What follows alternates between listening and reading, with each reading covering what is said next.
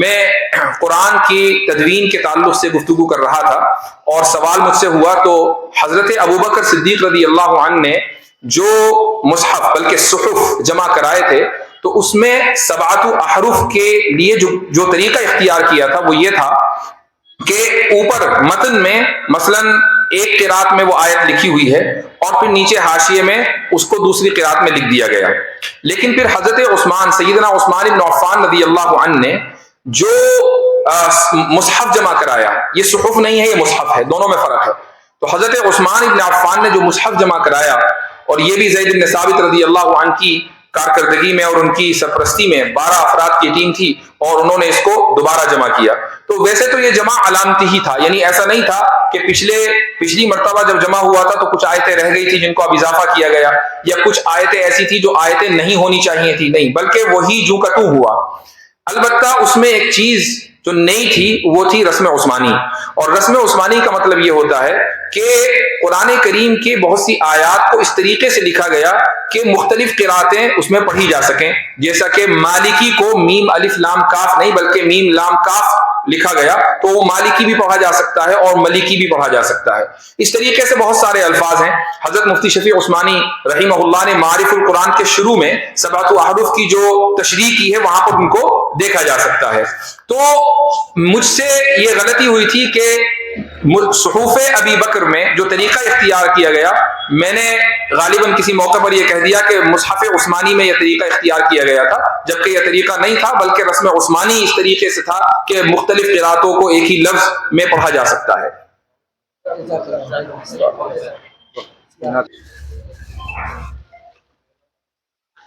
اچھا، یہ سوال بھی بہت عام ہے کہ کہہ رہے ہیں کہ تبدیل کے تعلق سے مختصر سمجھا دیا جائے. لوگ عام طور پر سوال کرتے ہیں کہ اگر تبدیل میں گناہ کرنا پہلے سے ہی لکھا ہے تو اس کی سزا کیوں مقدر ہے؟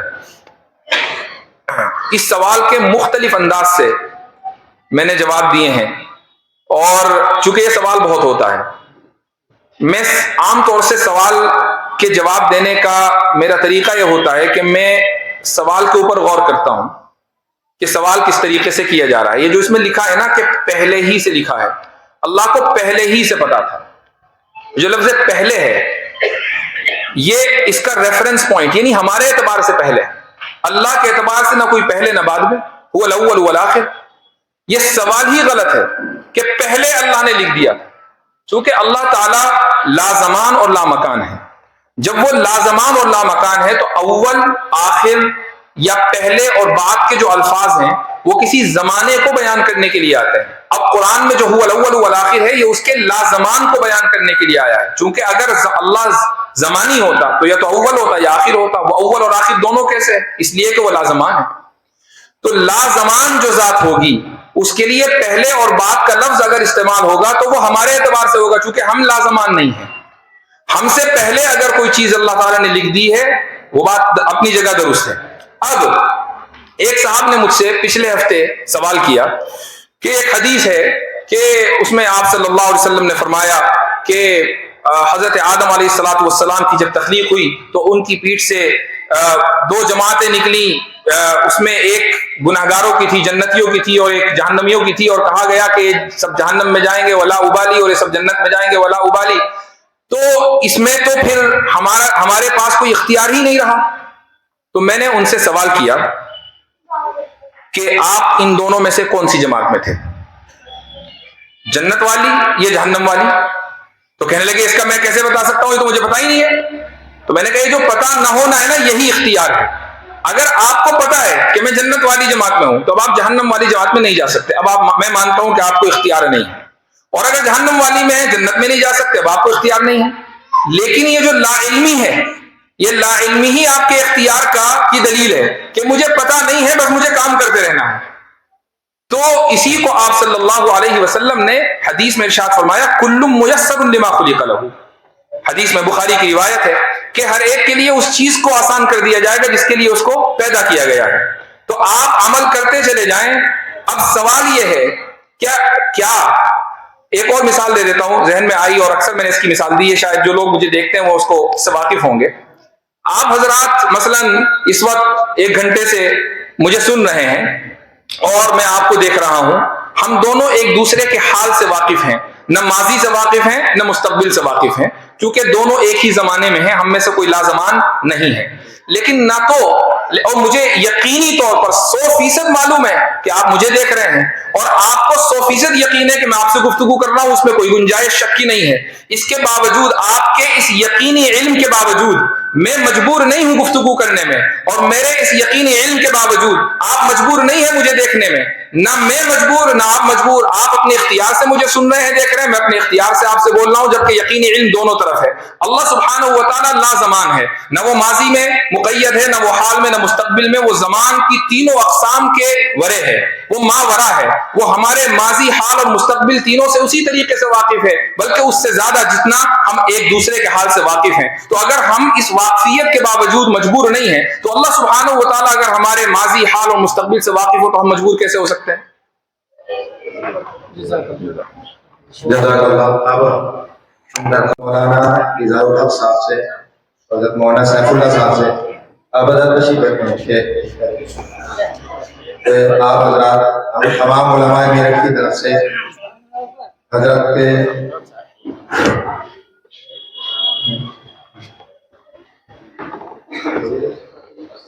نشان احترام کے نام سے ہم لوگوں نے حضرت کے اعزاز میں حضرت مولانا سیف اللہ صاحب، حضرت مولانا اظہار الحق صاحب پیش کر۔ دوسری شیلڈ ہے حضرت مولانا رضوان صاحب سے درخواست کروں گا حضرت تشریف لے آئے، اپنے مبارک ہاتھوں سے اس کمبئے اعزاز سے آپ کو نوازیں۔ حضرت مولانا رضوان صاحب، آپ حضرات اکابرین علماء دیوبند کے شہرت یافتہ ہیں، الحمدللہ اتنی عمر اور پیرانہ سالی کے باوجود، جبکہ نابینا بھی ہیں، کمزوری بھی ہے، لیکن آپ تشریف لے آتے ہیں۔ میں درخواست کرتا ہوں کہ حضرت والا اپنے مبارک ہاتھوں سے حضرت مفتی صاحب کو تمغہ اعزاز انوار صاحب اور حضرات تمام علماء کرام اور علماء میرٹھ جو حضرات موجود ہیں، سب کی طرف سے ہدیہ اور اعزاز ہے، سب آپ حضرات کی ترجمانی، اور تمام حضرات سے درخواست ہے کہ پروگرام کو فوراً بعد صدیق خان میں تشریف لے جائے، کھانا ضرور تناول فرما کر جائے، کوئی بھی شادی بغیر کھانے کا تشریف نہ لے جائے۔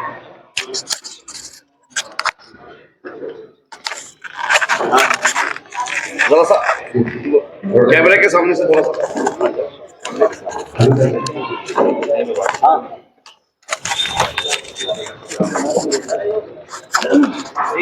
حضرت مولانا رضوان صاحب،